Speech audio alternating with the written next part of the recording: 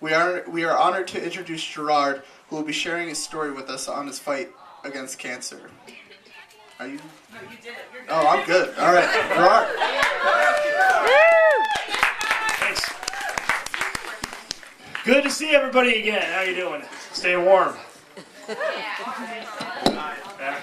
Not quite as windy as it was last year, so that's good. But yeah, first, before I do anything, I want to thank everybody who makes this possible every single year, the committee, people from the American Cancer Society, anybody who's here. You make it possible every single year for us to get up here and tell our stories, so give yourselves a round of applause.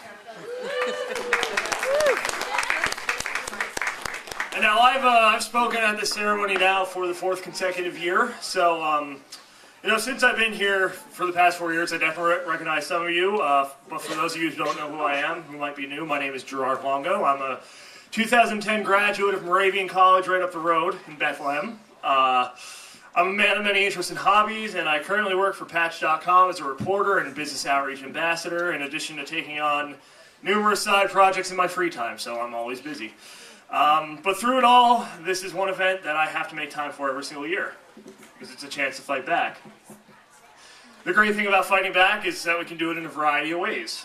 Every year, of course, we celebrate, remember, and fight back by coming to Relay for Life. We share our stories and support while continuing to search through the night for a cure.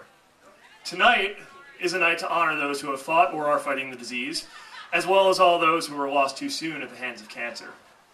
Tonight is a night to show that we aren't afraid, that we will press forward with courage until this problem is eliminated. Tonight is a night where we put aside our jobs and our bills, our finals and our classes, and instead feel truly alive, united in this fight. Although it might be kind of hard to put those finals to the side right now. I'm going to cover it up for you guys. But, of course we know that already, and that's why we're here. And we also know that each of us has been touched by this disease in some way, otherwise we wouldn't be here. I'll briefly give my personal account, again, for those who don't know. On March 31st, 2003, I was just 3 weeks after my 16th birthday, and I was diagnosed with what turned out to be a fibrous histiocytoma, which was a very rare and very dangerous malignant tumor in my left ring finger. After an emotional roller coaster ride that lasted just over 2 weeks and was filled with fear, doubt, pain, and eventually hope, I had my left ring finger amputated on April 15, 2003 in order to rid myself of the disease and in the hope that I would not have any recurrence. I was very fortunate to have this tumor solely contained within my fingers. It was a very aggressive form of cancer, and it would have been untreatable with radiation if it were to spread. But I took this good fortune as a calling to help those not as fortunate as I, and to offer some support, inspiration, and hope to those fighting a battle of their own, and also to do what I could to eliminate cancer.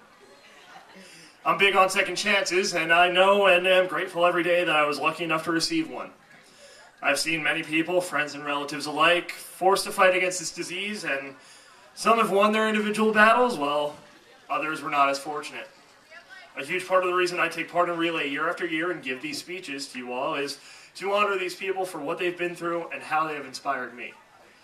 I want to use my second chance to tell the story of all those affected by cancer in the hope that the way I choose to fight back brings more attention to this cause. Fighting back, however, is not exclusive to one night per year. It is a daily process.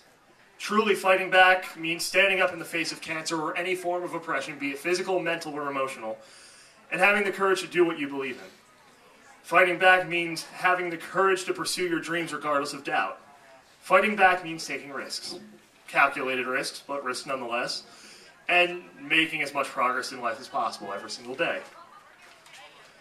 I've made fighting back a continued personal mission in 2012 by doing what I just mentioned, pursuing my dreams. Over the course of the past 4 months alone, I've advanced my career while throwing just about everything else I've ever wanted to do since high school to the wall and seeing what sticks.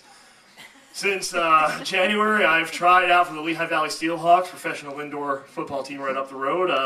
I finished as a semifinalist in a nationwide singing competition called Discovered Auditions, and I am just looking left and right for any entrepreneurial ventures I could look into.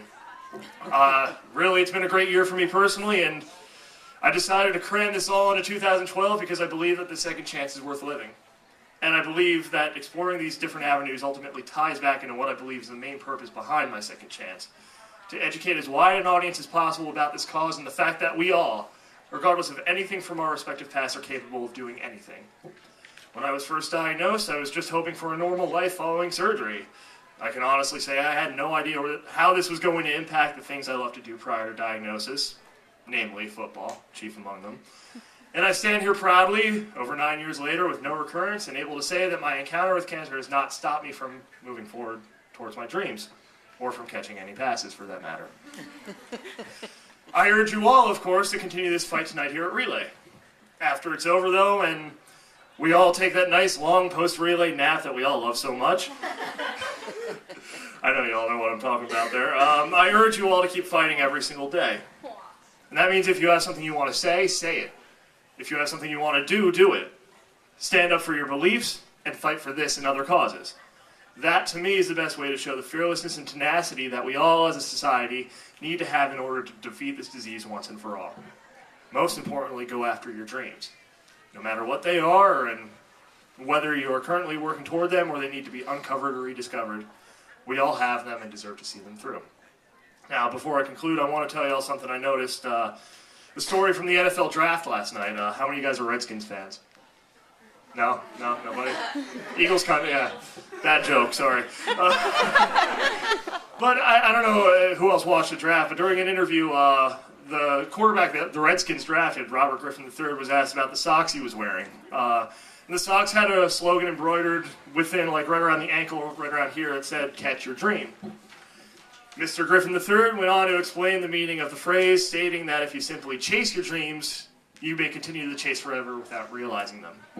On the other hand, if you do everything you can to catch your dreams, they'll be yours to own forever. In the end, I think it's safe to say that we all have one common dream in mind tonight, and that's to see cancer eliminated. So let's all show the same energy toward that dream tonight and every night as any of our others, and soon enough, it's a dream we will catch together. Thank you.